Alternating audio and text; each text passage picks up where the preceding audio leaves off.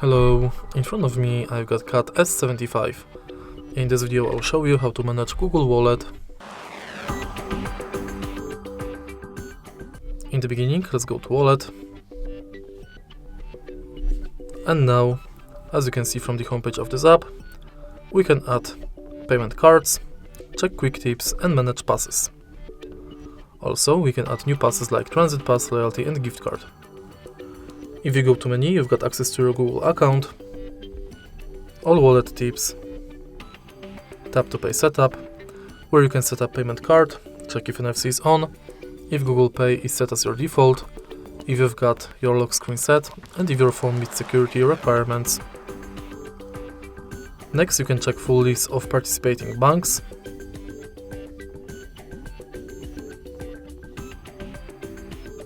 and you can manage your passwords.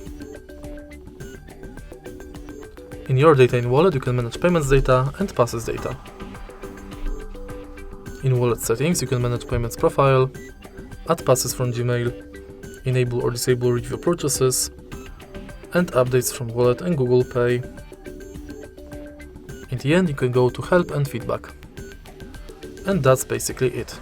If you find this video helpful, please leave like, comment and subscribe.